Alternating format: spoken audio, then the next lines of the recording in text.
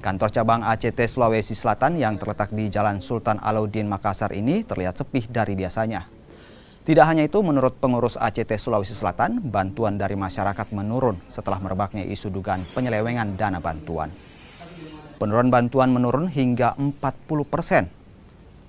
Seperti di momen Idul Adha seperti ini, bantuan hewan kurban juga berkurang, hanya 43 ekor dibanding tahun lalu yang bisa mencapai 78 hewan kurban.